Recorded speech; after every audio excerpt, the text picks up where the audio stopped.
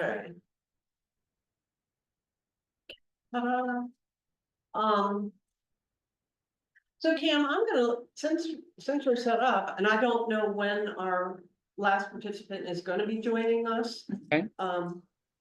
I'm gonna let you get started rather than wait for her. I love it. And she'll just, when she comes in, maybe we'll stop for a second and let her introduce herself. I think that's a great idea. I've already shared with these folks how I know you and how marvelous I think you are. Fine, thank But I'm going to ask each of them to introduce themselves before I turn it over to you. Okay. I like that a lot. Thank you. Okay. Chandra, why don't you start with a little bit about your organization and yourself? Hi, so I am the director of Snack Garden Foundation, and we're a school garden organization. We work with public schools in Sussex County to design and implement a garden at their school, but then we also we have a curriculum, a STEM-based curriculum, where it's different for every grade level, and then we go in and we teach the curriculum at the school, and we ensure that the school has 100% participation in the garden program. And then we help them maintain the garden and keep a long-lasting program. So we're in 4 schools right now. That was my question. That's incredible. Chandra, thank you so much. I am going to wax a little bit because I love gardening. And I used to work at a garden nursery back in Orlando when I was growing up and have continued to love it. But recognizing in the area of sustainable development that what you're describing seems very apropos for the world's needs today. So thanks for doing what you do. Thank you. Hi, I'm Leslie. I'm the Director of Operations for Literacy Delaware. We're a statewide nonprofit that supports adult literacy as we provide one-on-one tutoring and small classes for adults to achieve their reading and writing goals. And then we also work with English language learners. So we partner with the Delaware Division of Libraries to offer our services. Love that. It sounds like your initiative brings in a variety of assets in your community, and that sounds wonderful. Thanks, Leslie. Thank you. Tony Ferlenda. I work for Data as a consultant. Good to see you again, Tony. You too. Good morning. My name is Lauren Camp-Gates. I am Executive Director of the Down Syndrome Association of Delaware. We serve over 600 individuals with Down syndrome and assist them throughout their whole lifespan with needs from educational supports to job and housing supports. We also have some notorious programs like our Days of Summer Camp that we offer to children with Down syndrome and their siblings at no cost. And we also partner with various medical, health, educational professionals to provide education to those families that support the individuals with Down syndrome. Wow, comprehensive and needed. Thanks, Lauren. I appreciate it. I'm gonna make a suggestion that you guys move up. I feel like the camera's not picking you up. Oh, we can move the camera. Like if you and I like both hold the tapes. Yeah. Can you see us? Yeah. Perfect. That better? Yeah. Okay, and you guys probably want some paper and pencil or laptop or something to. Yeah, sure. Enjoy this. Is that, I don't know what that whole, but I don't think It's just a calendar notification. Yeah, yeah, we can just leave. Or you can X out if it bothers you. Huh? You can X out of it if it bothers you. It's just saying that the calls. Yeah. All right, Pam, take it away.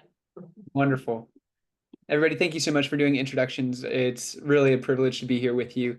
Dr. Lucci, thanks for the invite. Knowing that it's I get to come back means that I didn't mess it up too much the first time. So that's really good news for me. Great to be with you. I have a slideshow that I will be pulling up here and sharing. And I believe you can see it now. Is that true? Cool. Yeah. So, like Dr. Lucci said, my name is Cam Outlaw. I serve as the Director of Global Partnerships at a Child's Hope Foundation. It's an international organization based in Utah. I work and live in Tampa, Florida, remotely, but our work spans 6 different countries and with our direct services. But then what I'm trying to build when it comes to an international community of individuals serving orphans and vulnerable children, we span 35 different countries just by individuals who have registered for the Thrive Collective, which is a growing network, which has been really impressive at this point, and I'm humbled to be a part of it. Today, my conversation with y'all is about enhancing organizational culture, which is paramount to actually achieving the goals that we have as nonprofit leaders.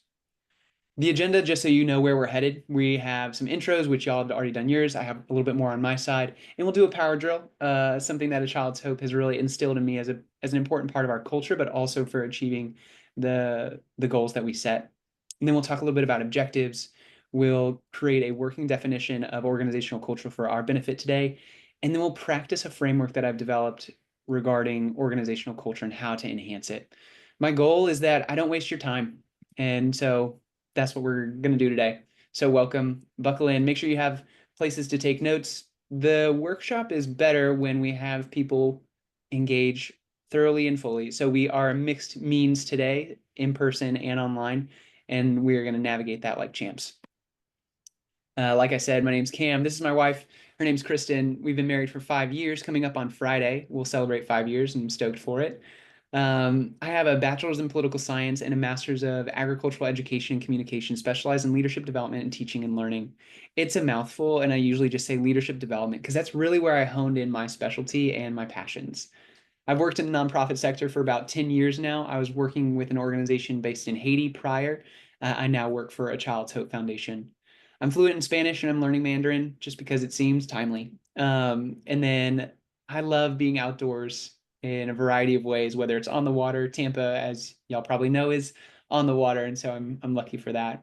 And then I love cycle, and so I'm a ACE certified group fitness trainer, and I teach cycle at the local YMCA. So if you have any song recommendations that I should drip into my classes, I would love that afterwards. You can just email me. So a power drill. What is a power drill? It's where everybody gets to share the answer to a question or a prompt. The purpose of this should not be overlooked, especially when it comes to culture. As a nonprofit, we often have the ability and somewhat the privilege to talk more on personal levels, but still maintaining professionality. So what we find, and the research backs this up, is that if you are able to connect with your colleagues in cordial, less formal ways, but still appropriate, that you're actually going to be more productive in the office space or office setting. So the question today is twofold. I want you to share a scent that you don't think you get tired of, and a scent that gives you that queasy feeling in your gut. I'll go first. A scent that I don't get tired of is the smell of the sea over here in Tampa. As y'all have probably been to the ocean, some oceans don't smell so great. Our ocean usually smells really wonderful unless there's a red tide outbreak, but it's just like refreshing and it hits right. And then a scent that gives me the queasy feeling, it's cooked spinach.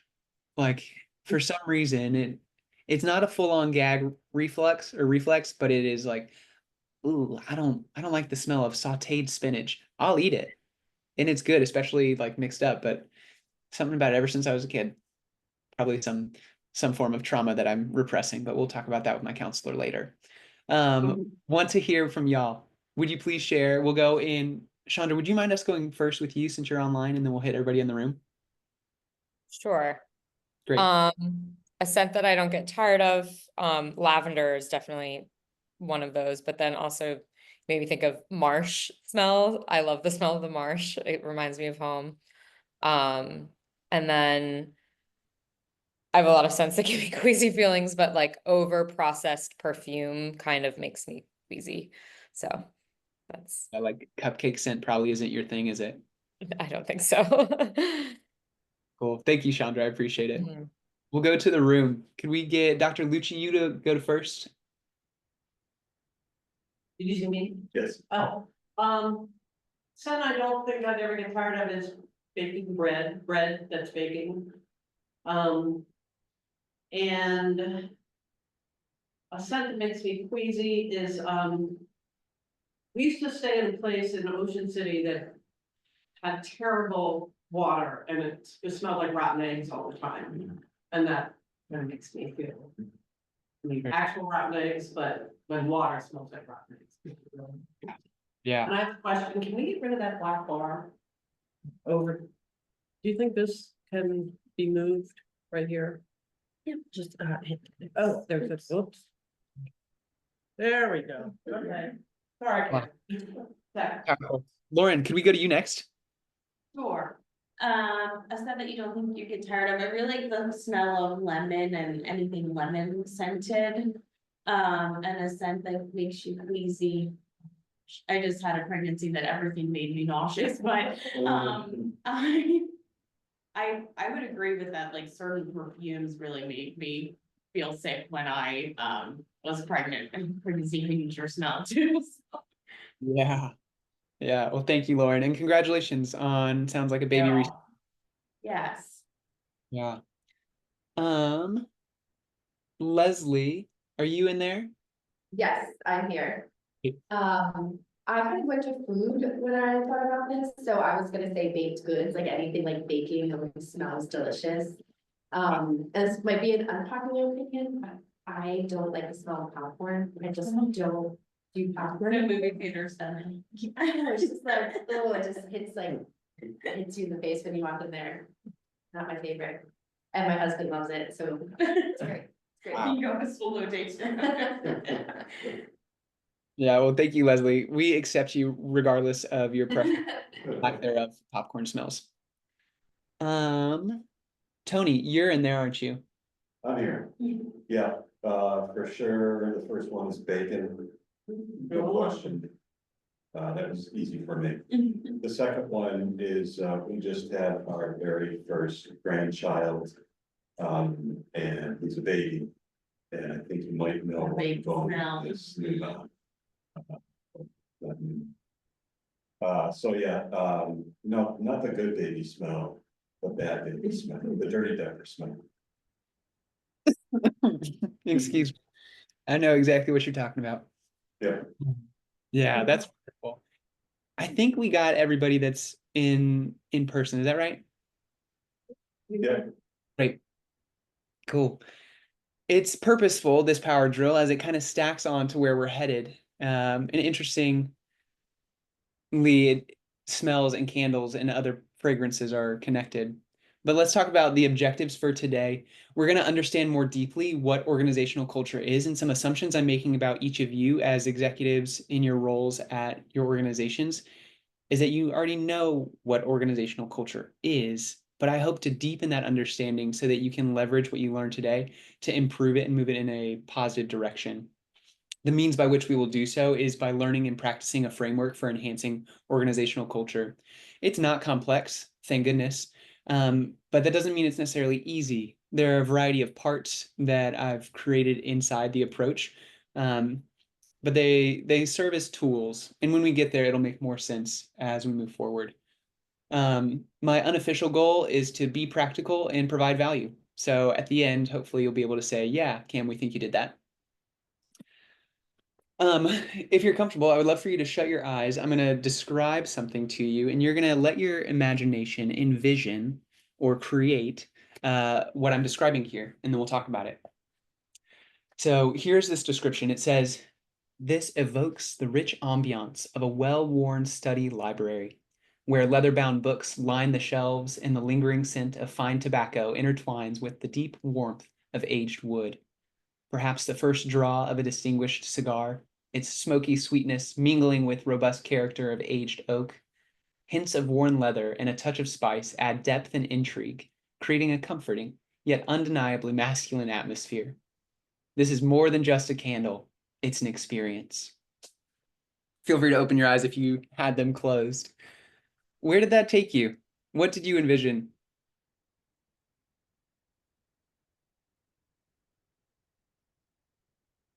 Popcorn style feel, but you don't have to smell the popcorn, but popcorn style on Where did it take you?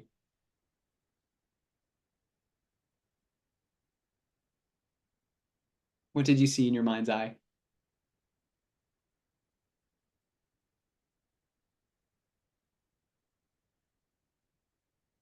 I would just say, something like dark, but a big library with those like ladders that you can climb to reach the books. Yeah, exactly. What else?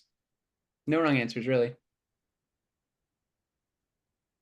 I think like the cigar smell is very distinct, so I immediately thought of that. Yeah. Our olfactory sense is one of the strongest senses we have connected to our memories. And so it helps our minds, our smells, when we're able to activate them, imagine past memories or envision futures or other places. When I think of this candle description, is what that was, what I read to you. It's called The Study, is the title of the candle itself. And the reason we're talking about that in regards to organizational culture is because, would you believe me if I said that your organization's culture has a smell? Like that your organization's culture transports people, especially your staff and anybody you interact with, to a place. It comes to their mind when they interact with you.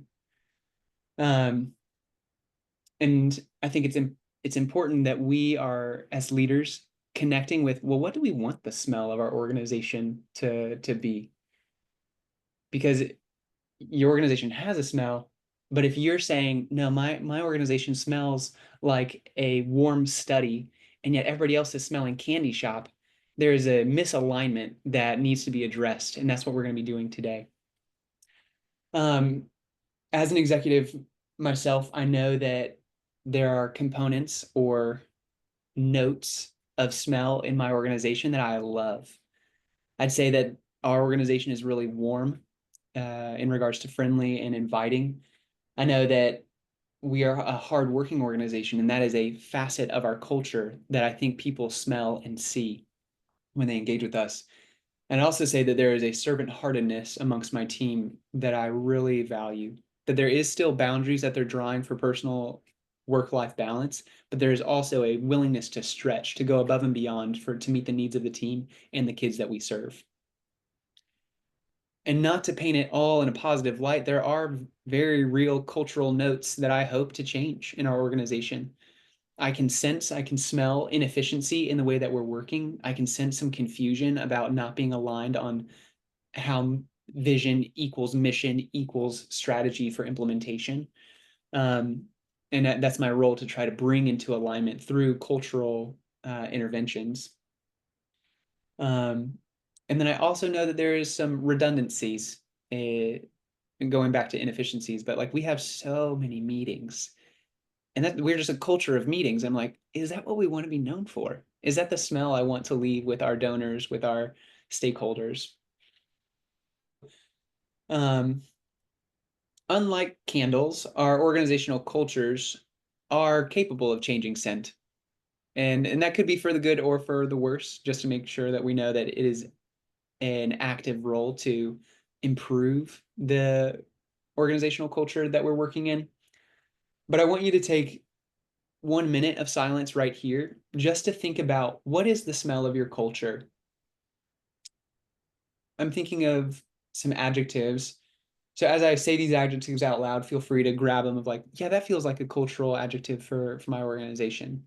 So some positives might be mission-driven, collaborative, compassionate, inclusive, ethical, respectful, community-focused, learning-oriented, resilient, fun.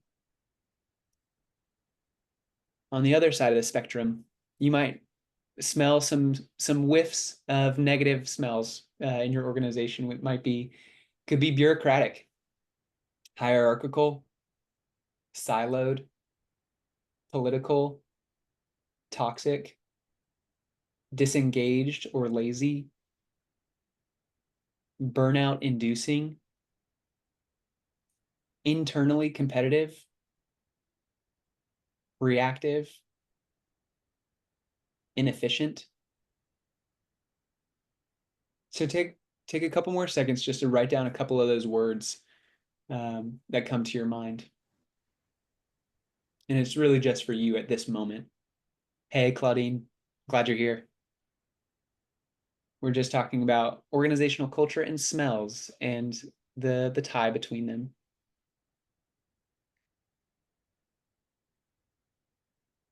Yeah. And so as we are about to go on, Dr. Lucci, is it all right if I ask Claudine to provide a brief intro for me? I see head nods, I think. Yeah. Great. Awesome. Claudine. Cool. Claudine, would you share a little bit about yourself, your name, your organization, your role, and what y'all do? Yeah, of course. Good morning. Thanks for being so gracious. My name's Claudine Wyants. I'm the executive director with Prevent Child Abuse Delaware. Chiefly, we do three things. We provide prevention education to school children, pre-K through now 8th grade. We provide foster parent training to better prepare those families for the trauma responses they often see in children that they open their homes and hearts to. And then we also provide home visitor training for our home visiting professionals and supervisors with reflective supervision. Claudine, that is impressive and timely. I'm a volunteer community educator at an organization called Supriya that does sexual abuse prevention and healing interventions. I'm going to send you some information on that afterwards because I'd love to pick your brain if you don't mind. Oh, please do. I feel like we're cousins. Yes, yeah. Thank you for being here. So as we move forward when it comes to organizational culture, we want to create a working definition. Definitions that are shared amongst a workshop like this just means that we're using the same tool or the same idea in our minds.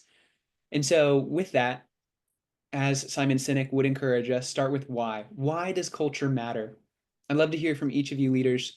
Why does culture matter to you?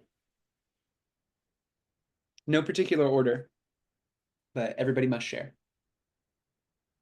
So I think culture, determines employee longevity or not. So I feel like oftentimes people leave a job or start a new job because of a good or bad culture that's attracting them or making them want to leave. Well said. Employee retention is directly connected to culture. Thank you, Lauren. Others? I think it's also directly related to the investment in the mission and the delivery of programming, right? Of how invested they are. I feel like happy will kind of have a better result, I guess, in programming. That's true. Thank you, Leslie.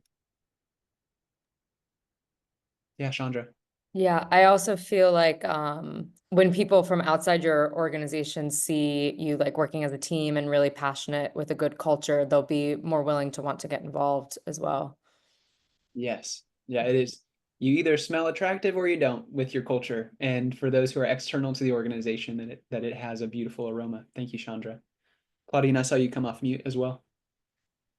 Yeah, I guess I'm stealing a little bit, but I was thinking about mission immediately too, both with the staff and board. That it just brings more integrity to the services or programs that your organization delivers. Yes. And I love that you tied it to the board of directors connection too, because the board of directors has a culture and so does the operational organization culture. And we want those to be reflective and synergistic, not competitive or adversarial. Dr. Lucci or Tony, would you like to add anything about why culture matters?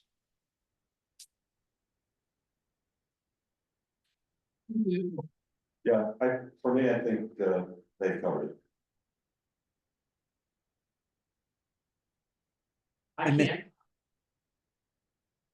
Yes, you do. Okay, I'm having a hard time here. Maybe come behind the speaker. I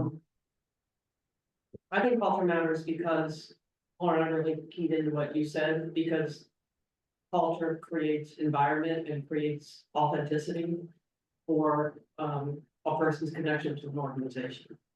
And I think there are a lot of organizations who don't give pay any attention to establishing a culture, and those organizations probably see a lot of turnover and probably less success. So I think there is a relationship between culture and commitment. Hmm. Thank you, Susan. I like what you said. A powerful Peter Drucker quote for y'all is that culture eats strategy for breakfast. If you don't understand how culture is going to aid or hinder what you're trying to accomplish in the world, it will derail you. And so Peter Drucker is an American thinker, businessman, consultant, amazing guy. And so I hope that this quote speaks to the importance of why we're talking about culture, is because everything that y'all have shared when you shared your intros with me, I'm like, wow, I hope that what they're able to do in the world continues to move forward, whether you're serving children and families with people with Down syndrome, or you're helping improve kids' understanding of nature and healthy foods and the whole gamut that has been mentioned. It matters our culture, and as leaders, we're the ones with the strongest hand, it seems, in forming it for the good. So we have kind of shared some of our thoughts on why it's important. Now I want us to share thoughts on what is organizational culture. We've talked about its commitment, its environment, other things. What other word associations to define organizational culture come to your mind?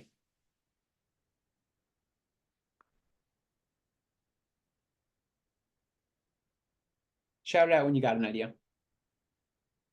I'd say a lot of it has to do with relations and relationships. Yes. Yeah. What else? I would say, like trust and flexibility. I always think of when are your working hours and how flexible are you with PTO, et cetera. I think if there's a level of trust between the employees and the leader, that flexibility really can make or break culture. Right. Yeah, that's well said. Thank you, Lauren. I think connection to values, if the organization has values and those values are observable in actions, I think that helps to create a culture. Yeah. And Dr. Lucci, if I'm right, that you work a lot with values with the Dana group and thinking of like how those shape the nonprofits. Is that right? Not yet with this group. Not yet with this group. It's coming. Yeah.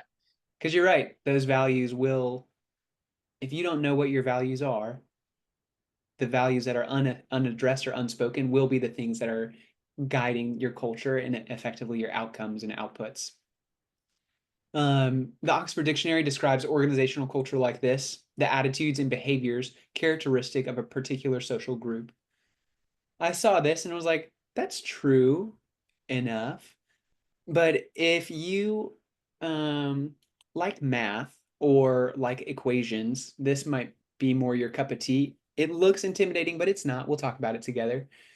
Organizational culture can be described as equaling the function of shared values, beliefs, norms, artifacts, behaviors, leadership, and environment. And if it's been a while since you've been in the math room, a function just represents an intricate relationship between the varied components.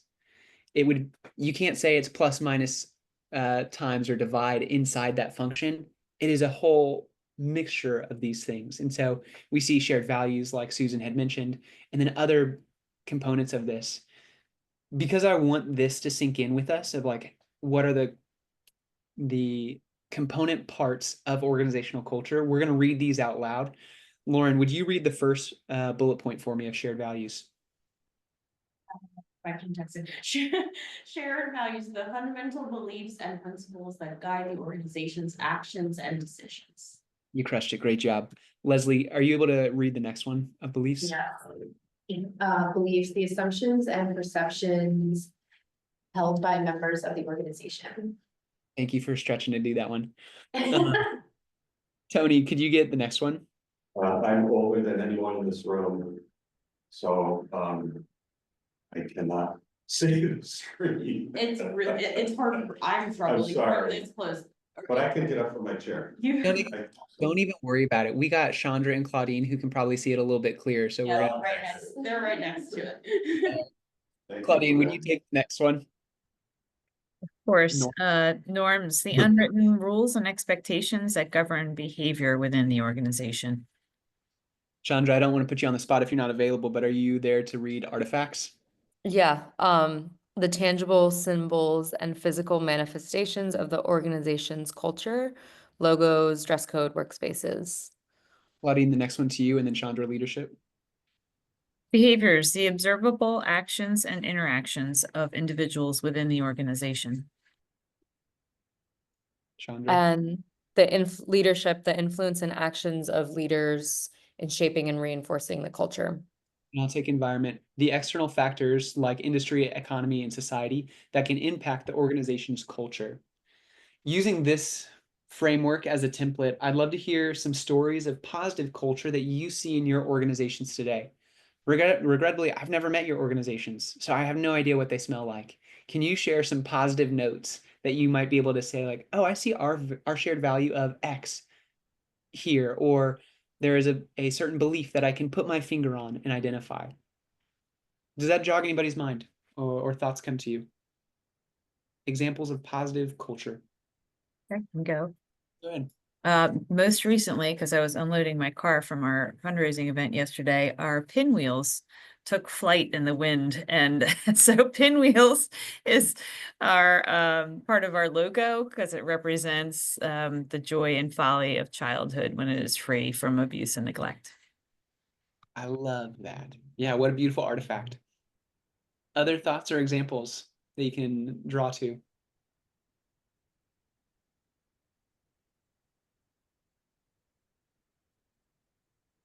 We have like blue and yellow is Down syndrome color awareness color, so often you'll see that within our events and even like staff's phone cases or laptop covers and things like that. Yeah. Yeah, I love that. There's a norm at a Child's Hope Foundation called high fives on our various technology platforms. If you see somebody doing great, you give them a high five, whether they're on your direct team or they're in a different department or whatever they are. But there's a norm that we are a validating community.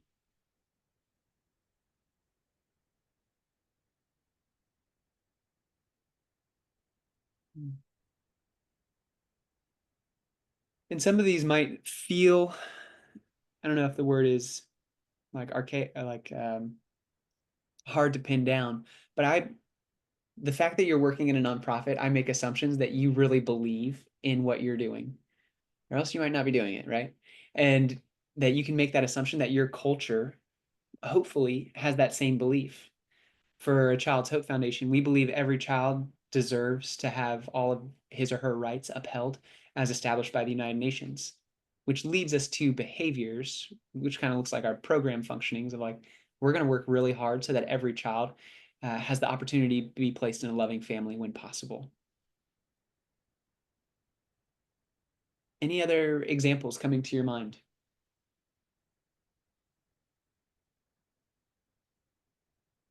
I think one of the things that stands out to me from, I'm, kind of outside looking in, that I think impacts behaviors a little bit, is our current environment. And I think people working for nonprofits being a little bit on edge, regarding funding, regarding support, especially those nonprofits that do rely on the federal funding or that are specifically DEI based in mission. So I think there's probably some, in terms of behavior, our current environment has kind of linked to some anxiety, and maybe some uncertainty. And some maybe even changes in behavior within organizations that don't feel very secure right now. Yeah, yeah. Well said, Dr. Lucci. And it feels like the requirement of leadership in these organizations are to think critically about like, how can my culture sustain our mission, regardless or not regardless of, but in spite of the external factors that we're facing? How do we become a resilient organization? Which is a different workshop all in itself, but well said. So on this slide, we were trying to focus in on some of the positive components of organizational culture that we've seen in our respective workplaces. Now I kind of want to talk about problems. This is a framework that I found helpful of like type of issues that might address, that leaders might have to address in their organizational culture environment. And so, Chandra and Claudine, I hope you're ready to read again because we're going to do it. I'll take lack of communication, and then Chandra, you'll go for trust, and then Claudine for accountability, and we'll go the three of us like that. So lack of communication. Poor communication can lead to misunderstandings, frustration, and a lack of collaboration among staff members. As a note, as we're reading these out loud, I want you to either be writing down or making mental note of, oh yeah, I have seen that, and this is a specific idea of that, or pay attention to your mind lighting up of resonance. Like, yes, that feels true. That feels true. So yes, go ahead, Chandra. Lack of trust. If staff members don't trust each other or the organization's leadership, it can lead to a toxic work environment. Claudine. Lack of accountability. If employees aren't held accountable for their work, it can lead to a lack of motivation and a decrease in productivity. Lack of recognition. If employees feel underappreciated, they may become disengaged and less likely to go the extra mile. Chandra.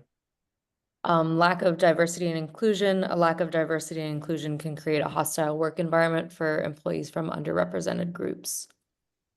Claudine. Lack of workplace balance. If employees are constantly working long hours, it can lead to burnout and decreased job satisfaction.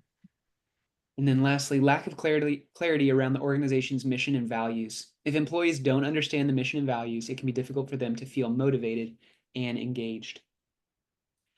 I love to create a list of 2 to 5 issues that might resonate with all of us in our different workspaces. A show of hands, just to start. Was at least one of these types of issues resonant with you as a leader today? A show of hands of like, yeah, there was one there that I feel. Okay. Cool. I'd love to talk about those. Like where, mainly answering the question, where does it hurt, leaders? Where does it hurt? Any brave soul want to go first and share what type of issue they might be facing in their culture? I'll go, I guess. Communication and accountability, we've had some some staff turnover, so. Right, some of the expectations. Not sure. How all of those things, like, I guess during the onboarding process, like how all of those things were communicated to this new employee that's, was onboarded by someone else. Yeah. And so kind of a communication issue, and then, I think we're a statewide organization that works a lot with part-time staff. And so oftentimes this isn't their full-time job. And so I would say, and so we're statewide, so some folks work in person and some folks work remotely. And I think that sometimes lends to some communication. Yeah. Yeah, thank you. That sucks, to be frank. Sorry that you're going through that. But it's also in my own organization, I felt similar when it comes to onboarding people, and I wasn't the onboarder of like, what happened? Yeah. Thank you, Leslie. Other parts where it hurts. I was going to harken in on lack of communication, and or sometimes it's the mode of communication that leads to a poor misunderstanding too. Like, we have a varying age range here, and some love to text and some love to email, and some of us like direct contact and either face to face or a phone call. And so oftentimes when it's not reciprocated in the same mode for people, and I get it, right? It can lead to misunderstandings, particularly when it's in a text, email, or, a phone text. Sometimes there's misunderstandings just because of the, I don't know, common understanding of certain words and phrases. Yes. Yeah. Yeah, and it takes time to build a common language and common expectations around that. Thanks, Claudine. Chandra or Lauren, anything you wanted to chime in on? Lauren had to step out for a few minutes. No worries, thank you. Chandra. I have a very small staff, so I kind of haven't honestly run into a lot of these problems yet, but I think lack of work-life balance is probably the most just for myself, I guess, because I do have a small staff and like kind of not having a boundary in where I need to pick up the slack versus where it just needs to be someone else's responsibility. And then, but yeah, I think that so far we've done a pretty good job, but it's also, we're such a small organization, so we haven't really had a lot of issues with staffing yet. Yeah, and I mean, what a beautiful opportunity as you're a small org now to get the culture right. Doesn't feel like the appropriate term, but like get the culture healthy. So as you continue to grow, using some horticulture analogies, like so that the fruit that is born by the plant of your organization is delightful, fragrant, and healthy. I do also want to add a note. Sometimes we can see the worst of these things, like a lack of trust. You have people infighting and they're lying about each other at work, and that's possible at NGOs. I haven't worked at those agencies myself, but I know friends who are in the nonprofit world and are like, I can't talk to anybody about this. It's a highly political environment, their culture. But I could see lack of trust being also interpreted as, I don't trust anybody on my team as the leader, so I'm going to do everything. And that type of culture leads to burnout. And so it isn't necessarily the darkest of issues embodied by each of these categories, but it could be something that masks itself as like, I'm a really good worker, I'm really hard, but you also might have difficulty delegating and people hold on to things longer than they should, or people don't have to know how to ask for help. And so be thinking critically about the issues that you're facing in your organizations. This pushes us into the next section where we really get into the meat of what we're going to be doing today. This is what we've just done, but we're going to move into the enhancing organizational culture framework. Dr. Lucci, what time am I done? Because I could have these people here for a long time. 12:15 at the latest. 12:15 at the latest. Great. Cool. Thank you. That's helpful. So where we're going for this section is just an opportunity to run some of those real world issues that you shared with us through the framework. As a note about this framework, it's component parts. There's 8 different approaches that we're going to use to identify and address certain cultural issues. And kind of the flow of the process is going to be, we're going to frame the approach. We'll talk about approach 1 through 8. When we talk about them, we'll practice it by having critically constructive conversation around a shared issue that we've all kind of resonated with, which is going to be communication, like a lack of communication as a cultural issue that our organizations are facing, whether it's from onboarding or whether it's interpersonal communication for productivity's sake. And then we'll share specific strategies that are embodied by that approach. It'll make sense much more when we get to it, but just trying to frame up what to expect. Again, the more that you engage, the better the outcome here. So feel free. This is a workshop. It's supposed to get messy and you might not know what the right word is, but I just want you to speak from your experience. Here are the 8 approaches. We're going to go through these one at a time, and I will share this slide deck with Dr. Lucci for y'all afterwards, and I believe this is recorded, so you'll have it there too. But these approaches, think of these as things to do to address organizational culture. You either identify symptoms and root causes, lead by example, empower employees, seek external support. These are all approaches you can leverage to improve the quality of the culture at your organization. Oftentimes, you might be doing multiple approaches at once or have a stacked component. There's not necessarily a hierarchical order in going from 1 to 8. They're all valuable in the specific context. So feel free to keep that in mind. You get to plug and play which ones fit the cultural issue that you're trying to address and approach. So like I mentioned today, we're going to be using one of the issues that we identified, talking about communication, and we'll run through the approach cooperatively and try to apply each of these approaches to that one issue. The goal is that you'll be able to go back to your organization with your board of directors or your executive team and be able to describe, hey, I've noticed that in our culture, people don't know what they're doing when they actually get on site. How is our culture playing into that as a problem, and how can our culture be a part of the solution to that? And you'd be able to use these approaches to address it. So we're going to use communication issue. Leslie, I like what you said about onboarding as a communication issue that we can use our culture as an organization to address. So that's one we're going to be using all together.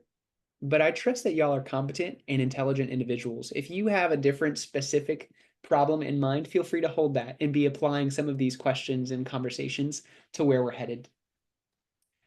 As we jump in, any questions that I need to clarify?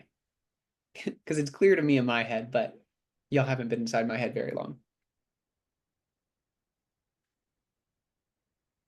Cool. If there are questions, feel free to just raise your hand or yell out. So we're going to go to the first one, which is identify the symptoms and root causes. Leslie, I'm going to put you on the spot first, but answering why. Actually, I think I want to back up. Leslie, you're not on the spot yet, so get ready. I'm going to ask you, why do you think this is happening to you? Like, what are the symptoms of it? But if we're trying to identify symptoms and root causes, how can that be a powerful question to start with in addressing organizational culture? Why do we want to understand the symptoms and the root causes of cultural issues in our organization?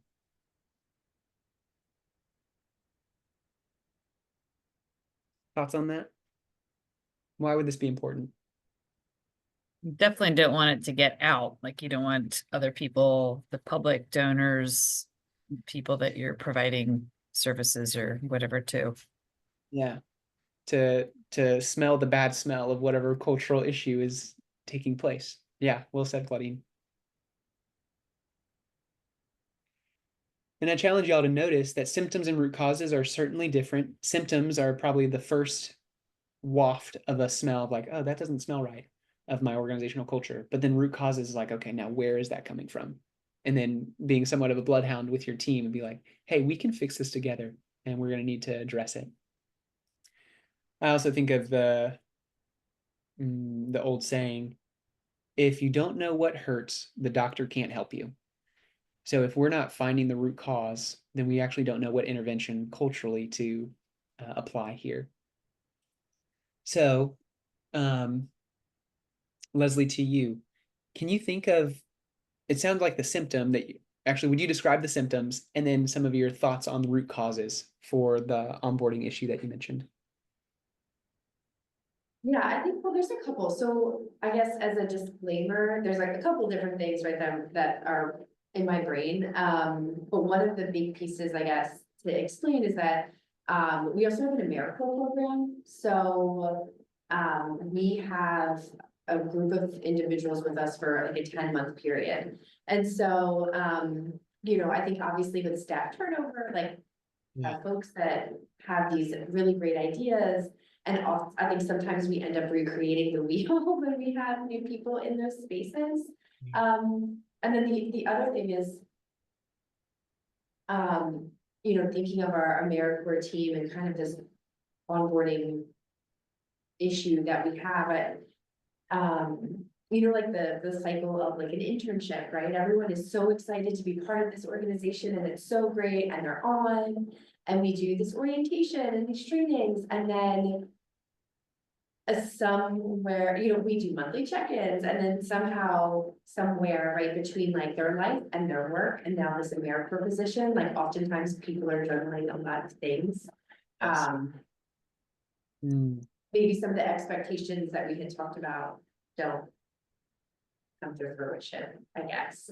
And so I think sometimes, in my perspective, it's tough when you're working with essentially volunteers.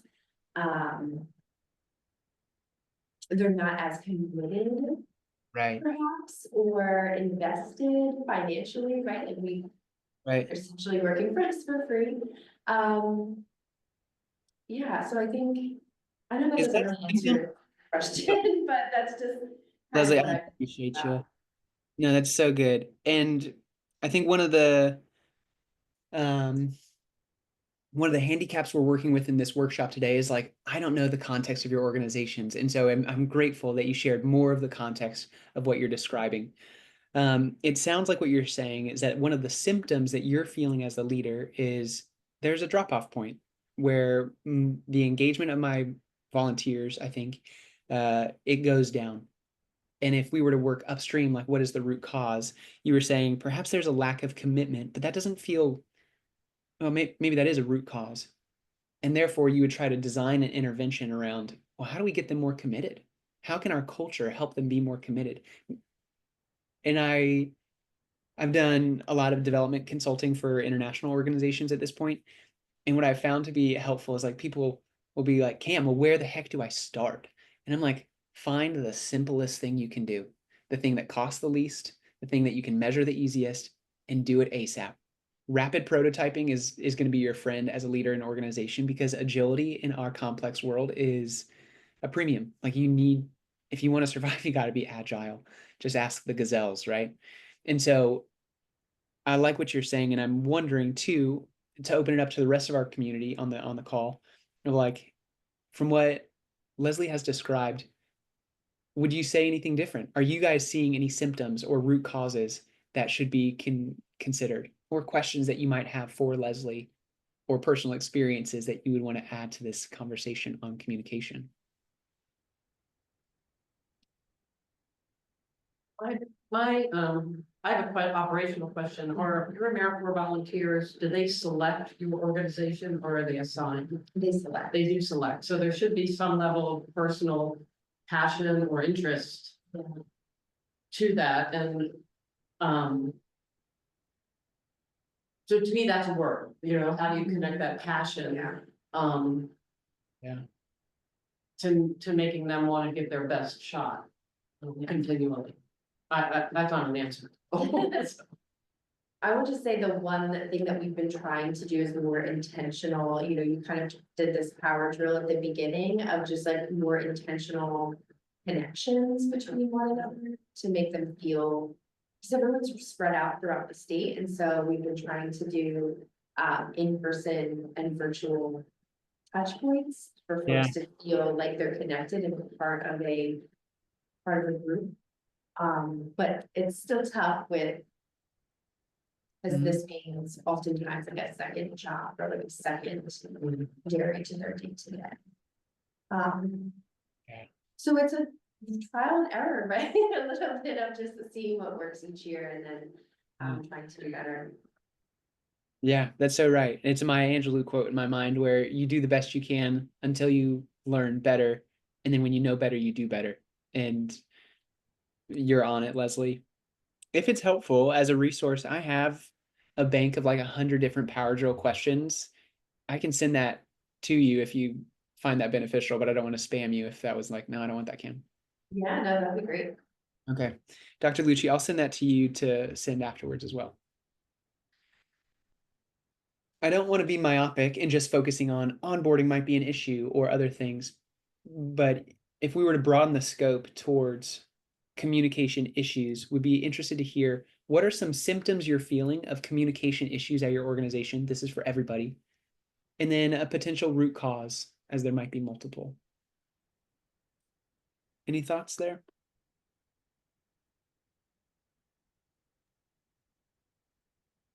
Sometimes it's just really subtle, like somebody has an attitude with somebody else. And it takes you a while to pick it apart because they know it with each other, but they, of course, don't want to share it with you.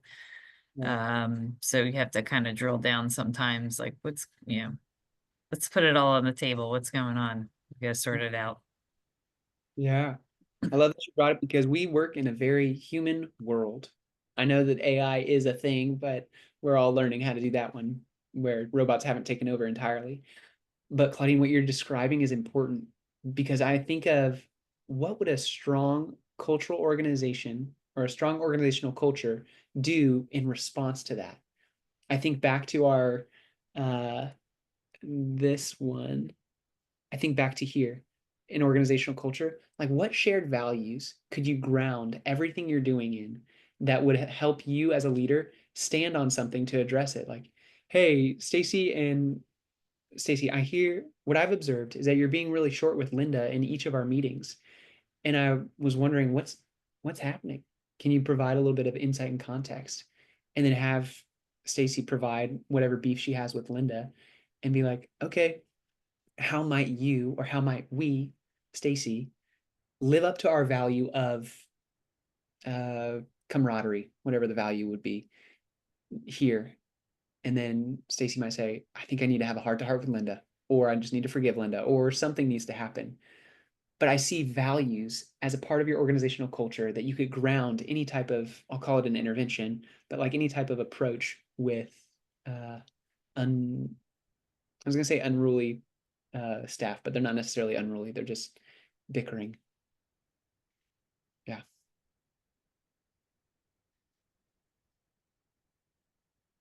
As we're looking at the identifying symptoms and root causes, here are 3 ways in which you can identify symptoms and root causes. You can conduct a culture audit by assessing the culture through surveys, interviews, and observations. You can also analyze employee feedback, whether it's midpoint or an exit survey, and then examine your company policies and practices. Just like, how are my policies building us towards or setting up the blueprint or the framework for us to have a positive culture? And talk about that with your team. We're not going to do these together today, but this will be in the PowerPoint that you mean like, okay, I'm sensing an issue. What were some of the options I have to try to put my finger on identifying where this issue is coming from? We'll move to the next one here of defining desired culture. The question for everybody, what value does a defined desired culture provide to you and your organization? What is the value of having one defined?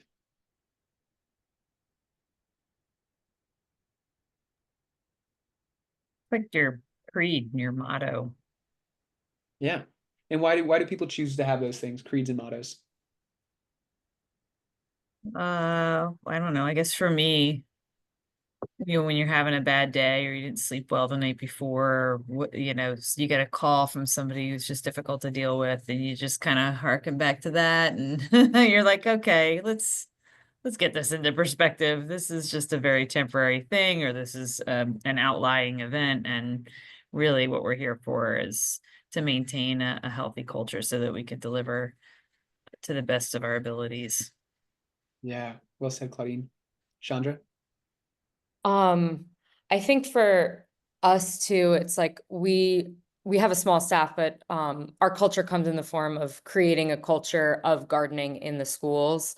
And so that means collaboration. That means even just like boils down to being kind to people. Like the way that we're creating a culture of like the rules of the snack garden of how do we act here. And so I think by doing that, it just kind of like it automatically bleeds into our organization, the way that we act. And so I think it's like kind of practicing what you preach, like we're all working within a social setting. We're all trying to make the world a better place. And so we kind of have to uplift or live by what we're trying to practice, Right. my opinion. Yeah. Melding what both of you have said, it provides like a handhold or a foothold for you as you're trying to climb the mountain to your pinnacle of success. Like if you're not grounded of like, this is what we do and why we do it, it might feel like that handhold breaks as you're climbing. Something to hold you fast in the midst of bad days.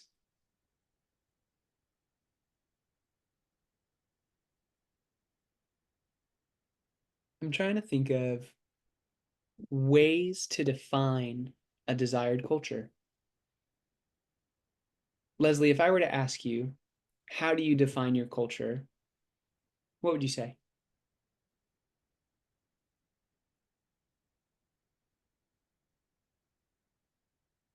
I think that the desire, I mean, the culture of our organization at this time, or what our, I'm glad you asked. I want the desired culture. How would you define the desired culture you want at your organization? yeah, I would say forward thinking. We do a lot of, this is what we've done before, or this is, we used to do it this way. So kind of just a collaborative, forward thinking, approach to literacy specifically, and kind of, just being on the, I feel like as small nonprofits, sometimes it feels like you're always just getting by and getting by, and so. But doing, right, like I said, some strategic planning to be ahead, to get ahead, and kind of be the best. Yes. I love that. And because when I think of, and I'm so glad that you're in this Dana group with Dr. Lucci, because as you talk about the values, you're going to be figuring out like, what do I value as a leader and what do I want my organization to value? Okay, now what? How do you build the culture of your organization to uphold those values so that when you go to sleep at night, you're like, I'm living according to my values and the organization I lead is doing the same and we're doing good in this world. When it comes to, that's the wrong button, this one. When it comes to defining a desired culture, these are just methods or steps you could take. Create a clear vision. I imagine that most of you probably have vision statements, but my organization has gone through 3 vision statements in the past 3 years, largely because I came to the organization and I continue to shake things up. And they're like, we need to address how to do this well. But also recognizing that it can articulate the desired values and behaviors and norms. And so clear vision for the culture of your organization. So if you're trying to be strategic thinking or forward thinking, like Leslie said, that should be in your vision statement. Same with aligning with company goals or organization goals, making sure that the culture that you desire supports your strategic objectives. And then effectively communicate, sharing that vision with all employees and stakeholders and board members to build understanding and buy-in. There is a certain dance that executives have to learn of, I have a vision for this organization, but I'm not the only one with vision in my organization. How do I provide an avenue to understand, well, I wonder what my volunteers, what the desired culture of all my volunteers is. How about I ask them?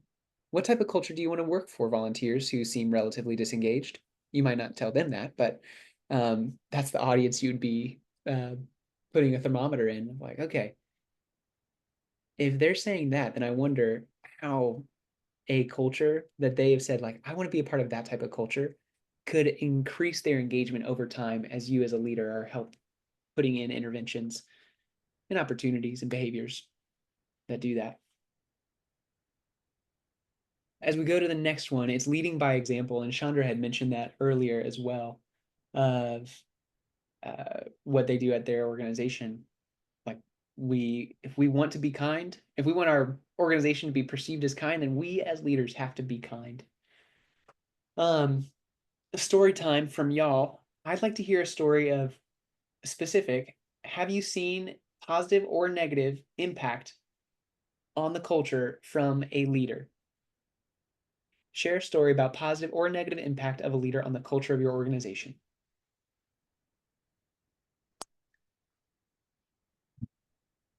I can share one as well to provide. It's a negative and it's about me. I, as a leader, I have the tendency to not care about details. And as I have onboarded a couple of employees, they too have also started not caring about details. And I was like, oh no, I hired you so you would care about these, but I don't know how to care about these. So I can't like lead. That's not true. I was going to say I can't lead by example. I can, and I can learn how to do that, but also recognize that it isn't my strength and find ways to acknowledge that details are really important. And that might be a weak spot for Cam, but I want y'all to focus on the details. Where that came into play is I was in a meeting with my with my executive director and my employee that I had hired. And she asked us like, hey, what is your plan, or what happened in this specific meeting? I forget the details of it. Classic. And I looked at Lydia and she was like, I don't know. And I was like, I don't know. And then I was like, this is on me as a leader. Like, I own this problem of details. My employees report to me and I report up. And so if Kent looks to me, I can't point a finger down at my team. It comes to me. So that was more on the negative side, but I've learned a lot from it. Any other stories of positive or negative leadership affecting the culture of the organization?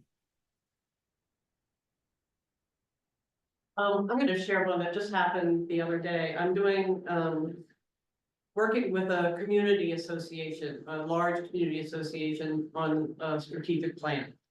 So I attended a board meeting to kind of get to know the organization and their conversation.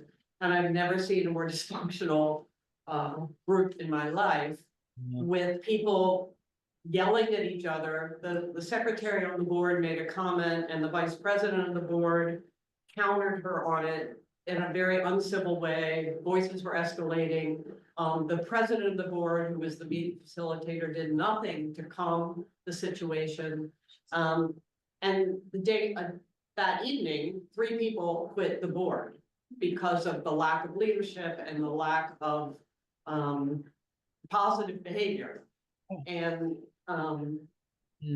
so the organization has a lot of work to do. So one, there was no positive behavior and the negative behavior was not addressed, and it resulted in sort of a complete chaos because it wasn't addressed. So. Yep. Oh, what a good bad example. Thank you, Susan.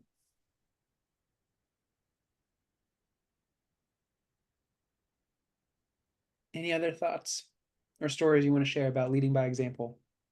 How it affects culture?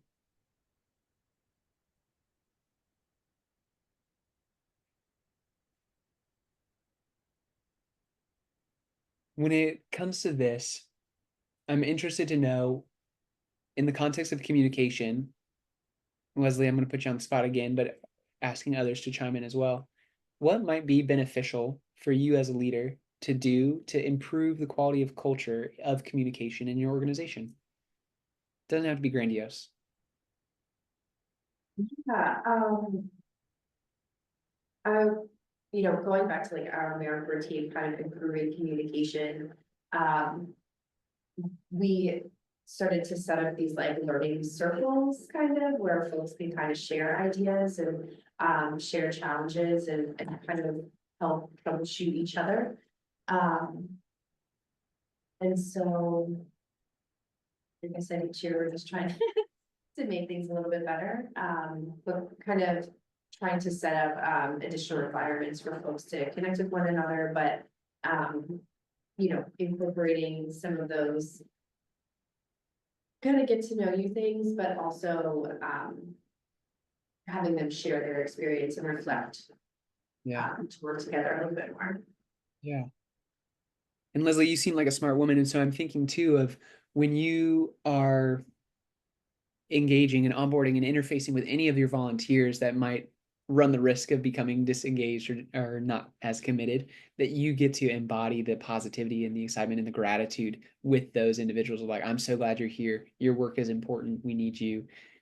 Thanks for showing up, and showing up with your best type things is like small nuggets that you get to drop in people's pockets of like, we love you and we're glad you're here. Yeah, we started, I guess when I started running like our meetings and our staff meetings, we always start with like a mission moment or a moment of gratitude or a shout out. And so we ask everyone to kind of share something that connects us back to the mission in case we have lost our way. That's good. That's good. I love that. You call those mission moments? Yes. Yeah, I'm gonna take that. Thank you. Other thoughts or insight on addressing communication lapses or lack of good communication by example?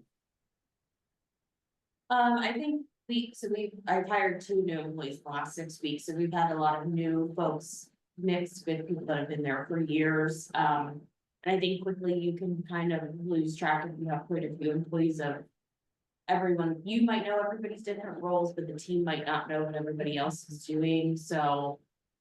We just did like a new staff lunch and we literally just had everyone talk about what they're working on and different roles that they carry. Which I struggle to do those because I'm like, I could be doing a lot of things right now. At the office, and I have a lot of things I need to get done, but I think the staff enjoyed it and it was good for us overall, so kind of forcing us to. Take the time to have kind of meetings or social gatherings without much of an agenda, which again, I struggle with. I want there to be an agenda and us to have like outcomes, and this is what we did during the meeting, so. I think that was helpful for everybody, but taking time to set aside for that, I think long-term helps with. Employee retention and people being more respectful of other people's roles and time as well. Lauren, thank you for sharing that. I think you're in the right position as a leader, knowing your desires of like, I really want outcomes. I really like, let us do stuff, and how you're finding the need to flex and to stretch into that other side of like, okay, there is value in this connecting component. I really admire that. Something at a Child's Hope that might be adaptable to any of y'all's positions. We have an executive team meeting. No, it's a department head meeting. So there's about 7 of us all together once every 2 weeks. It's an hour and a half long. In the beginning, we invite any new hires to that for all of the department heads to learn who this is, what they're doing, and ask some fun personal questions, power drills, etc. And then for them also to ask the executive team. And then after about 25 minutes, they're dismissed, they leave, and then we get into the rest of our department lead meeting agenda. But having those touch points where, oh, I just met all the department heads at this organization. This is really good. And to feel known. One of my core personal principles is that everybody comes into the world looking for someone looking for them. And if we get to do that in our professional lives, what a joy it is. And so telling people, hey, you belong here. We're excited you're here. It goes far for our culture at A Child's Hope. Leading by example. There we go. Identifying those desired behaviors and modeling them. Lauren, I think you gave a great idea of going to these mixing conversations or networking events internally. It demonstrates that this is a value from leadership and you expect this from your employees. You get to encourage positive behaviors by recognition and rewards. And then you also have an opportunity to address negative behaviors. It's a different workshop in and of itself, but giving feedback, positive and negative. Out of curiosity, raise your hand if you're like, I really like how our team gives feedback to one another. That's good. Some people, yes. And it is so valuable.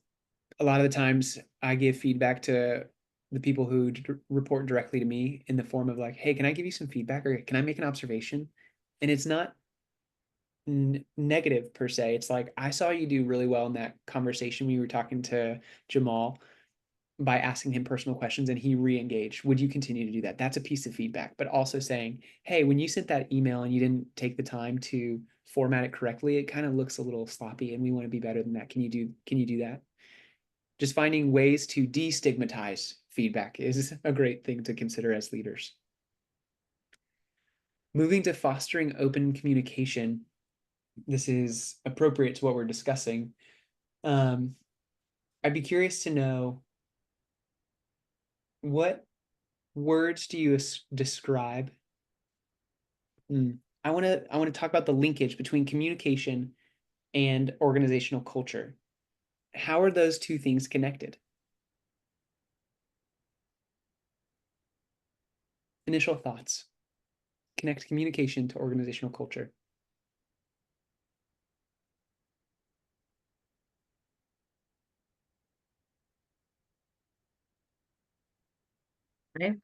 Spent the most of my adult career in law enforcement and then transitioned over to nonprofit.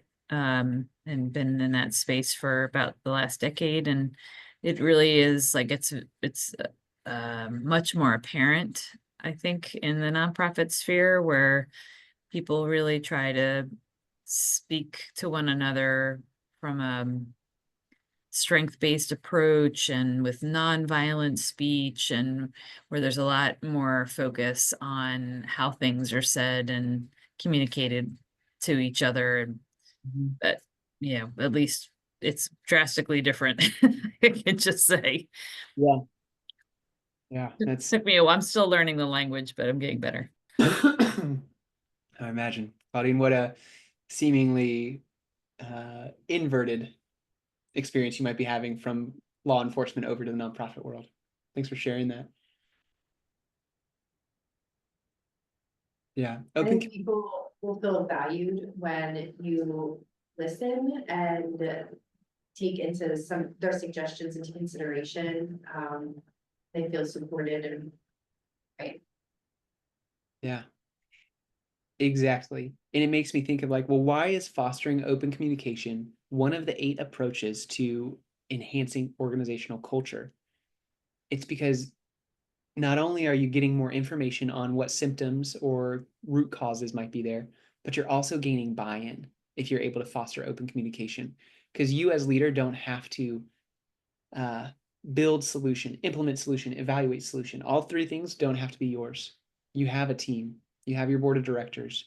You might have volunteers to help think through this. But if you're not creating open lines of communication, then you probably have a blind spot that you haven't thought of. And Dr. Lucci, I think you might have said this earlier too, but creating safe spaces for people to feel authentic. Culture is connected to that. If we're able to create those safe spaces, you're able to encourage them to share their thoughts and concerns without fear of judgment. I've seen this done by having like an anonymous box of questions, improvements, and tips, or we have a very candid relationship at A Child's Hope where where it's not I don't believe it to be mean, but it's like, hey, what went wrong in that meeting? And then we just talk about it. And we're not trying to point fingers of like, and we're also very quick to own it. Like, oh, I forgot to set the next meeting date. I overpromised to this organization in Kenya that we would do something. And then one of my other directors was like, Kim, we can't do that. And I was like, dang it.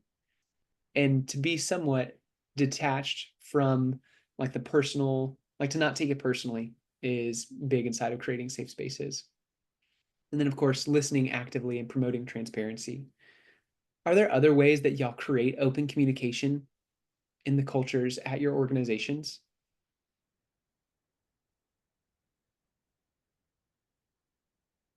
I set up weekly like check-in calls with my team members for half an hour, and they know that we have that time, but if we don't need it, it's okay, just because otherwise I feel like I get too busy and they get too busy, and sometimes we utilize the whole time, sometimes they text me and say, I'm good, I don't need anything, but it just helps us have time set aside to check in with one another, and they can kind of keep a running list of things to ask me at that call, so I don't get like tons of emails with like one question in them, et cetera, from team members. Right. Lauren, I love that. Pat Lincioni from the Table Group out in California talks a lot about there are different types of meetings, and meetings are some of the most productive things you can integrate as a leader into your organization, or they can be leeches and just suck the life out of your organization. A Child's Hope is trying to find that fine line nowadays. Yeah, Sandra. going off of that, I kind of structure my meetings with the people that I do have as employees based on just like what they want. Like I have one employee who doesn't want to sit in a meeting every week, but we have like, he's my full-time employee. We have a checklist that I can see what he's doing and he can add to my checklist and I can add to his checklist. And we talk like every once in a while when we need to, but we don't have like a check-in, whatever.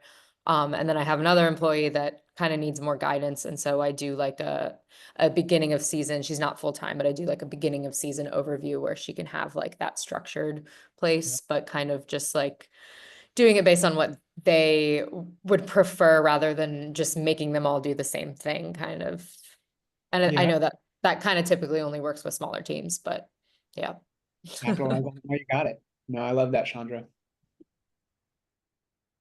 Other ways in which you're fostering open communication in the culture?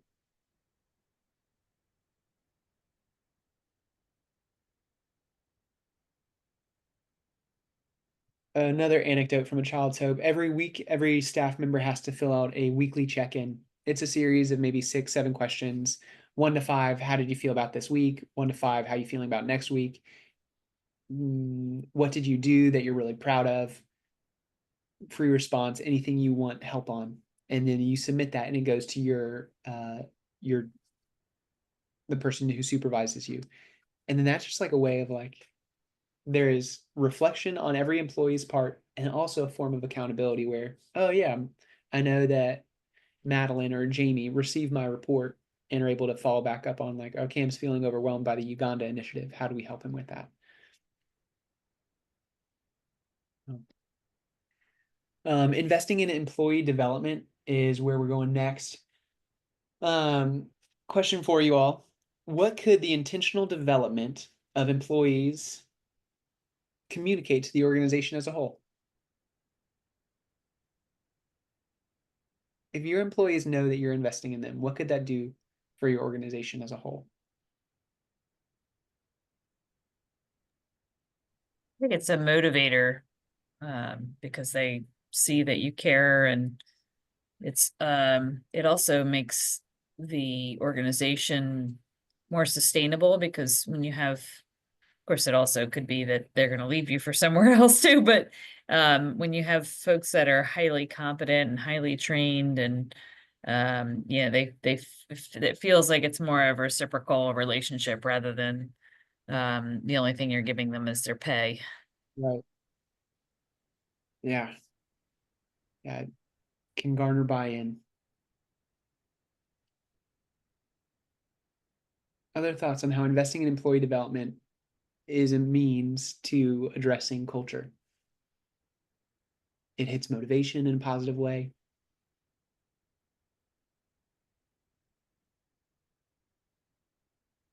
I also think you as the leader get to identify what are the ways in which I want to see my employees grow. You probably have a good read on some of their deficits, their growth edges. You get to build an intervention for them to attend, or whatever it is, so that they are actually doing better at the job that you want to see them doing better at. They feel the motivation, like Claudine said, oh, I'm getting invested in, and I'm actually doing better at my job. That in itself is a virtuous cycle of probably encouraging them to stay at the job itself. Here, Yeah. yes, ma'am. Can I inject a question for these folks? I have found in working with especially smaller nonprofits that there's a desire to invest in employee development, but there's this big thing called time or lack thereof. I'm working with one of the organizations in this Accelerator program who want to do some training for their staff. And it has taken us over 4 months to find one day in a calendar year when they could afford to have their staff together. So I don't know, I'm just wondering if other folks are finding, not that they don't value it, but how do you have time to provide those opportunities? Great question. I'd love to hear from everybody. Asking us or Cam? Huh? Are you asking us? I'm asking you all, Oh, and Cam, if he has advice too. I mean, with that organization, it was an issue of finding a date, or what was the problem with, like, why could they not find a date? Finding time when, they could release people from their responsibilities and leave an office unattended, or a phone unattended, or a client unattended. I mean, because the training is enacted by me as the leader, we just make it a priority that we're closed that day, and it is what it is, and we do like sufficient notices that the office is closed, but we also when we will do like a social media post saying we're closed for this training, like we do a staff retreat and we'll put a notice saying we're doing a staff retreat and here's why it's important and here's why we'll be closed, but I think leadership has to take initiative and saying like, this is what we're doing, and it sounds like the leadership in that organization isn't really backing it up if they want to do it, but then they're not telling the staff like you're gonna have this day to make it happen. Because the staff people are probably a little conflicted between, I have all this work to do, but then they want me to do this as well. So leadership is really providing them this proper support to do it, in my opinion. Yeah, we do trainings on staff meeting days, so we already have that time in our schedule, so we'll just try to tack it onto there. And I would say that I've had a supervisor that had zero time for anything else except what she was doing, right? She would work 12-hour days, and then when I would put in for a training, she would be like, oh, I wish I could do that, I wish I had the time, you know what I mean? And so it made me feel bad, like maybe I shouldn't be putting in this time for this. And so, anyway, but I feel like, you know, And then they make you feel. they made me feel bad about it, but I'm just like, well, you know, I need a moment, like I want to do this, this is important to me. And, you know, she never said no. I think time is like the biggest thing that, like, as a nonprofit, we can't give big bonuses to people, right? Like, time is the only thing that you can really give employees. So, like, for example, we have our gala coming up. And the Friday after the gala, I emailed everybody yesterday, I said, everyone's off. Like, you are off this day, we're working all day on Saturday, no one's coming in. And I think that's what I've heard most from people that have worked for me is it's a non-option. We are closed, you're not working. But I think that helps with employee retention too, because I mean, in nonprofits, you can easily work like an 8-hour week, but it's really not. I always say like nothing is life or death that we're doing. Like there, you can take a break, and I don't want you to work 8 hours a week and then only stay here 18 months because you can't handle the amount of work we're doing. So I think it's really up to the leader to set that precedent. And like, if I said that, but then I still was in the office working 12 hours that day and sending emails to everybody, they would all feel guilty, like, oh, we're giving this day off, but I'm not responding to your email. So I think it's just, you have to kind of set the tone for it. Well said, both Lauren and Leslie. And Dr. Lucci, I love the question. It also makes me think for that organization, the concept of the tyranny of the urgent comes to my mind. Perhaps they either don't see the training as important or as important as they should see it, or that they're having a hard time discerning what is urgent versus important and worth having like a matrix of sorts to plot things on. Like, okay, you say you can't move this. Why is that? At A Child's Hope, every Thursday, we're not allowed to have recurring meetings on Thursdays. So if I wanted my team to meet on Thursdays at 2, I'm not allowed to because the executive team and the management team, we say, we need a space where we're not trying to fight regularly with everybody's schedule, that we can post our quarterly training that we do. And so finding ways to make the boat go faster is the idea in my head.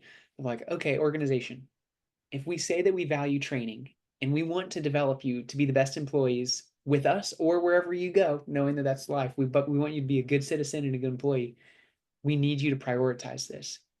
And then pull them into the conversation. How might we do that? What are our barriers? And get them to engage in that. Claudine or Chandra, anything on in regards to Dr. Lucci's question? I think we're kind of also in a unique situation because we're seasonal. So we have 2 months where we don't really have a lot of work to do other than administrative stuff. So, like the employees that are on the ground, we can do that kind of stuff there. But we also, what we do right now is there's a really big community of regional organizations who do the same thing. And we have a conference. So every year there's either a regional conference or a national conference. And so we go to all these conferences and there's a lot of skill sharing that's very specific to the work we do. And we can use that as our training because it's kind of like not reinventing the wheel a little because we're all doing the same thing and we can workshop with these groups and it's really great. So I feel grateful to have that. That's wonderful. Thanks, Chandra. Claudine? I was just gonna add, it keeps us current, I think, when we focus on professional development. I feel the pain for the organization that's struggling to find a day in 4 months' time. That's tough. But I get it. And just, pouring the value of professional development, the way Lauren speaks to it, I love that, how you just organizationally, like, just publicly blast it. I think it's a great strategy, because then really nobody can can question your commitment to it. And making it kind of like this is the unilateral value here is a great way to go. Yeah. Thanks for bringing that back up too, Claudine. Lauren, I loved the people know why the organization is not open on that day, that you're either developing, they've worked hard, they need a break, there's a mental health day, whatever it is. Like, it's important to remember the optics that might be at play, making sure they are what you want them to be. Investing in employee development, as you see on the screen, offering trainings and development, encouraging mentorship, and creating a positive work environment. Those are ways in which you can address the culture of your organization by investing in employee development. Next one is similar, but empowering the employees, that you would delegate the authority, recognize accomplishments, or encourage motivation. How, on a scale of 1 to 5, show me with your fingers, how empowered do you feel your employees are? 5 is like, these cats are super empowered. Or 1, they need me for everything. Show me with your hands. Okay, a 4, a 4. I'm thinking I'm a 4.5, or a 3.5, or a 4. Leslie, I can't see yours. Say it out loud. 3. 3, thank you. Yeah, I think we all intuitively as leaders understand why empowering employees is important. It means that we get to do other things that they might not be able to do. Pushing the work down is one of the management tools that is talked about in the Effective Manager book. But I wonder, why is empowering, what difficulties or hurdles have you encountered to empowering employees? If any.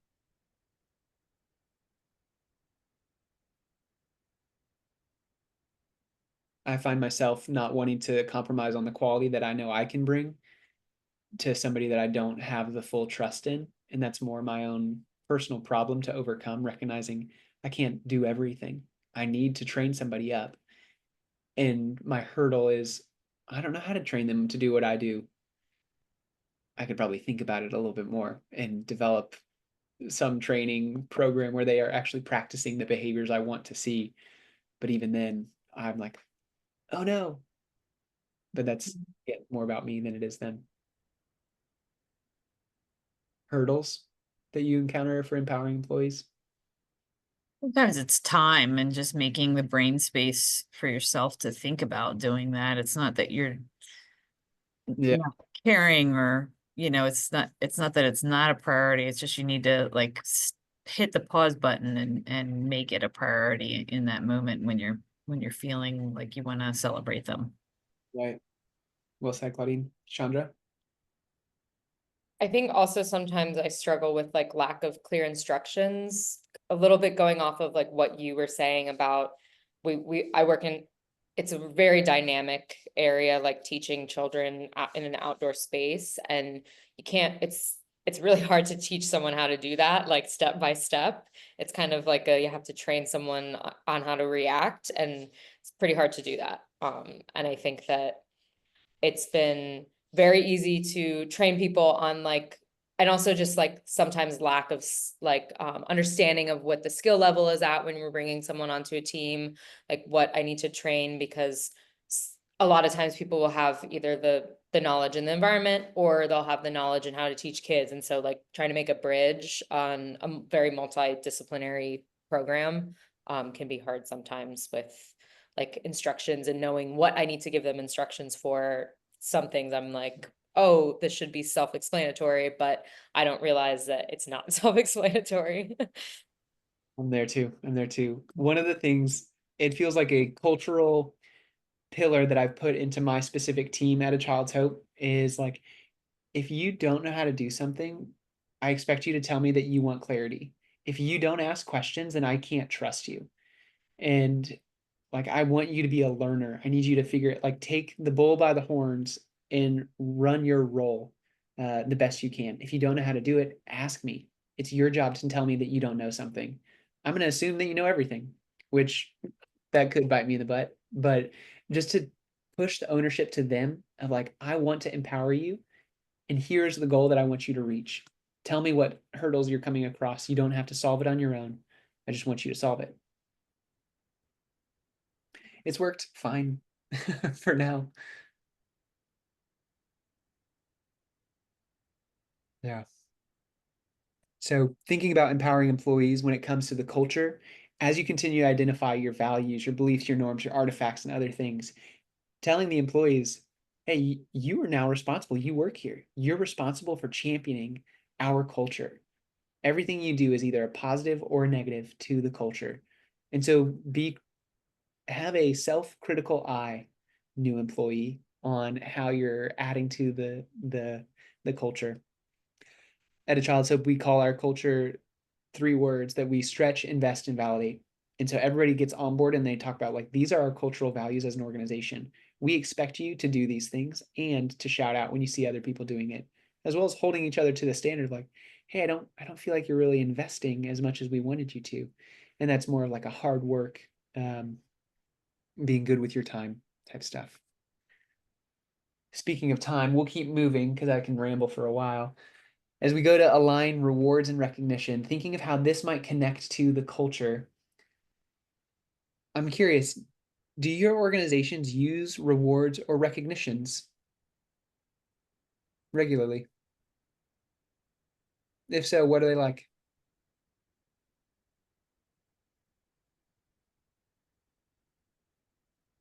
Rewards or recognitions? We don't have anything formal, but we do shout outs that are either, well, usually both our monthly staff meeting and also via email, because a lot of our folks are also out in the schools, so they don't spend a lot of time in the office. And then we recently had an outside entity that I asked to do a letter of recognition, and they complied. So that was really neat for them to get some recognition from an outside organization that's a stakeholder in what we do. Thanks, Claudine. Something that I love about rewards and recognition is that they can be informal. They can also be formal and said, but you want to be rewarding and recognizing the behaviors, actions, and attitudes that are directly connected to the culture you want to be seeing. If you see your friend, your employee, doing a really good job of encouraging their teammates on a trip that they took together with a volunteer group, later you'd be able to say like, I saw Stacy. She was high-fiving everybody on that team. She really encouraged this one family who was in a low point in their lives, and you could see that after Stacy had been with them, they were wonderful. That type of reward and recognition supports our idea of validation at a Child's Hope Foundation. We want to validate the good work that we're doing, that others are doing inside our organization. So be thinking critically about the rewards and recognition and how they can be supporting the desired behaviors you want to see. And then psychologically, we understand that negative consequences, as opposed to rewarding right behaviors, has not the best effect. Like, you get more bang for your buck when you reward the desired behaviors as opposed to negative consequences. There is a time and place, just to say, for negative consequences to certain actions. Our last component is seeking external support for organizational cultural enhancement. A question. Do y'all remember that show, Who Wants to Be a Millionaire? And how you had a lifeline. One of those lifelines was call a friend or phone a friend.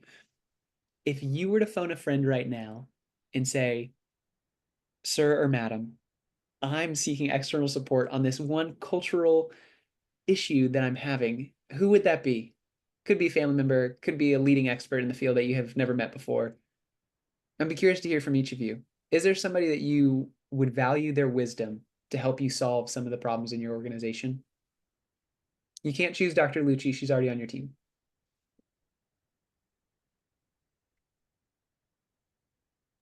Who would you choose? Sorry to be hogging the mic again, but we're embarking on a strategic planning process, so I might bring them in on something like this because I think that maybe it could get worked out organically during that process. Yeah, and Claudine, who is that? Social contract, Alana Berry. Okay, that's awesome. Thank you for sharing. Leslie or Lauren? Thoughts on who you would call for help? Yeah, we have a couple of consultants that I work with on kind of an advisement basis monthly, that have a high level kind of backseat knowledge base of the organization, like they aren't directly involved in the day-to-day, but I feel like they understand our staff dynamics and organization culture well. Yeah. Yeah, and we're also working with Dana on planning, I guess. So that they're definitely really helpful to reach out to and have a network of resources. And I've also worked with other nonprofit organizations, so I might just make time to chat to see kind of their experiences. Yeah. Well said, Leslie. Chandra, would you call anybody? Oh, go ahead, I Dr. mean, Lee. one of the things Lauren shared earlier today, if you don't mind me sharing, is that she has called Claudine for some advice on things. So, you know, even within this program, although I think that relationship existed before Accelerator, but I know in our other cohort, new relationships have been built by sharing and understanding that, whoa, this is a new colleague who might have experience in something that can benefit me. So that professional development opportunities can create that external support, sort of as a surprise. Yeah, well said.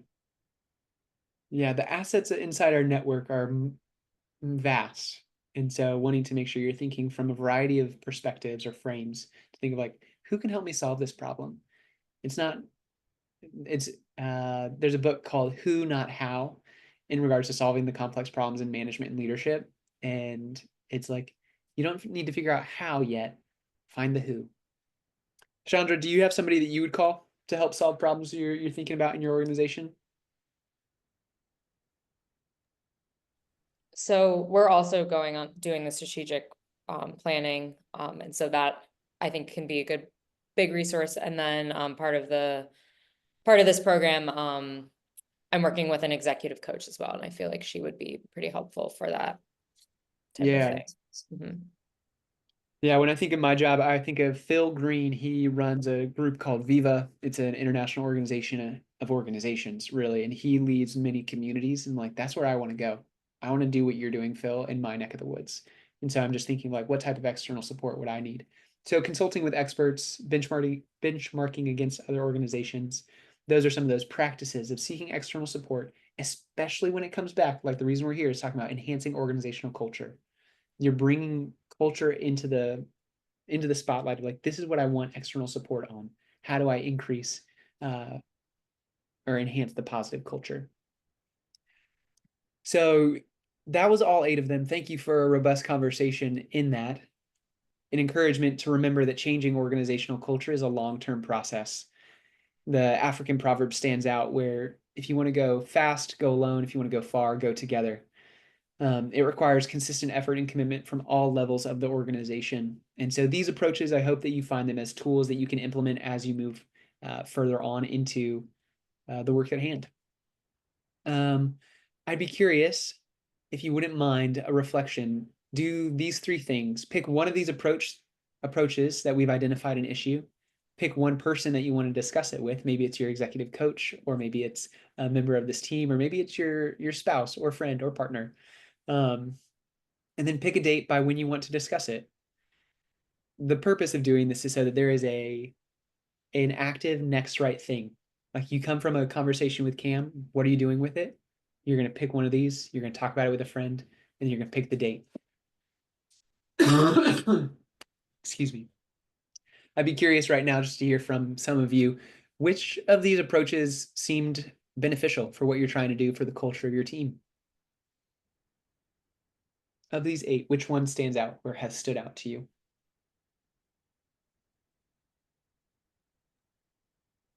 I think for us, it's investing in employee development and maybe this shutting down the shop kind of approach might be a good one for us. Particularly early in the year so they don't book themselves. Right. Yeah, get ahead of that. Thanks, Claudine. Leslie, which reflection or which of the 8 approaches are you thinking of?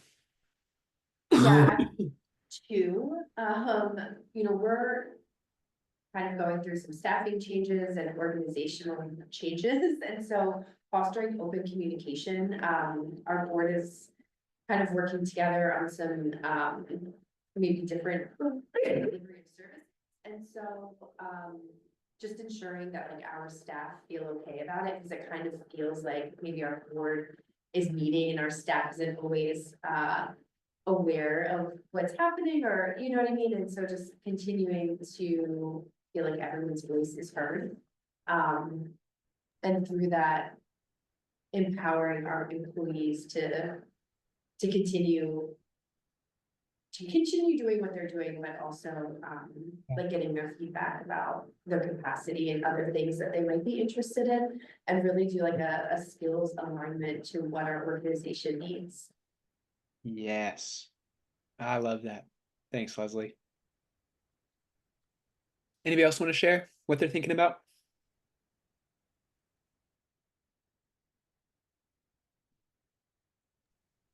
We'll move on. But I challenge you to take this with you and talk about it with somebody. As we conclude, it has been an honor to be with y'all for the short amount of time. I love hearing about what you're doing and how good it is and how needed it is in the world. The objectives today were to understand more deeply what organizational culture is, as well as learn and practice the framework for enhancing organizational culture, and hopefully to learn something and not waste time. I hope that that is what was achieved today, and that you feel like your desire for positive culture in your organization has grown along with your competency to make it happen. So what we did, we talked about the Oxford definition, as well as our own formula for organizational culture. We listed types of issues in our organizational culture, and then we also created a list of our own issues in that regard too.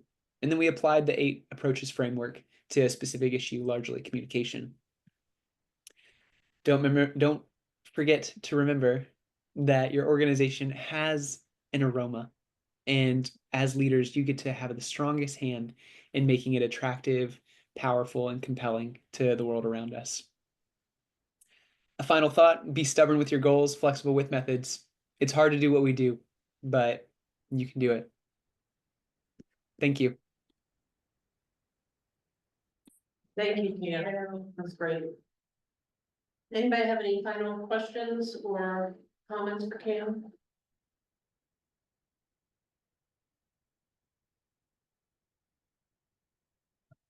No, this is really great. Thank you so much.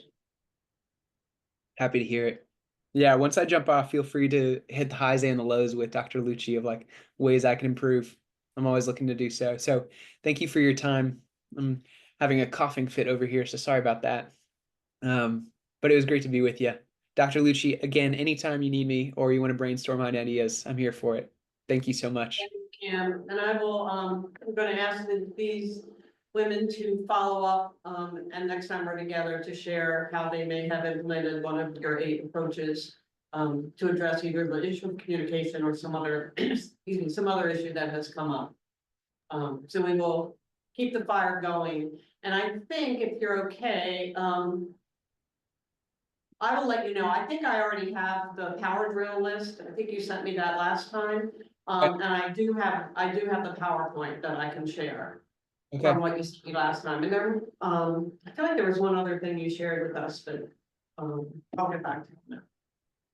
Yeah. The Inspired Leadership Daily Email. It's a wonderful resource for leaders. It's a daily email on things to think about for better leadership practices. It's a free listserv to join. I can send you that link too, Dr. Lucci, just as a reminder. Yeah, and I've actually shared something from that with them a week or 2 ago about strengths, about incorporating strengths, because we did a workshop on strengths last time we met. And I get that daily newsletter thanks to you. So I have forwarded that to them. Cool. So they're in the know already. That's great. Yeah, and if I can make myself available to y'all in what I'm doing, and if it's of interest, please feel free to reach out. I believe I needed to talk to somebody. Was it Claudine about what you're doing? And I'll share about Supriya, if that's right. Yes. Cool. Well, that's great. And Dr. Lucci, I'll make sure I get Claudine's email from you, and then we'll go from there. All right, thanks so much, Cam. Appreciate welcome. it. Great to be with you all. Bye. Much peace. Bye. Claudine and Chandra.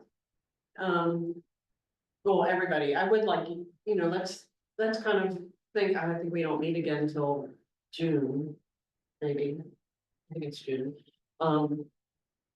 But I would like to kind of start off with maybe how can you define your own organizational culture, and have you looked at any of those 8 approaches to using to address a specific issue?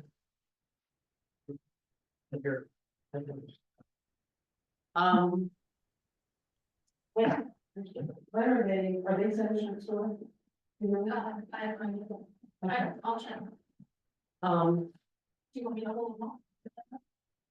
no, I think we can take a break and bring them in. I do have some guided conversations. Chandra and Pauline, I don't know if you're sticking around for this or you're gonna bag out, but what's happening next is lunch.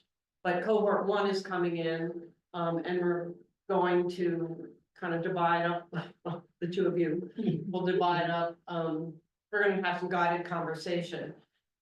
We can include you, I don't know how to include you, to be quite honest. In that, but if you can stick around long enough just to introduce yourselves and meet the people in cohort 1. If we can get them in here in the next couple of minutes. Just so you have an idea of who all we're working with, that would be great. I could do a few And, minutes, yeah.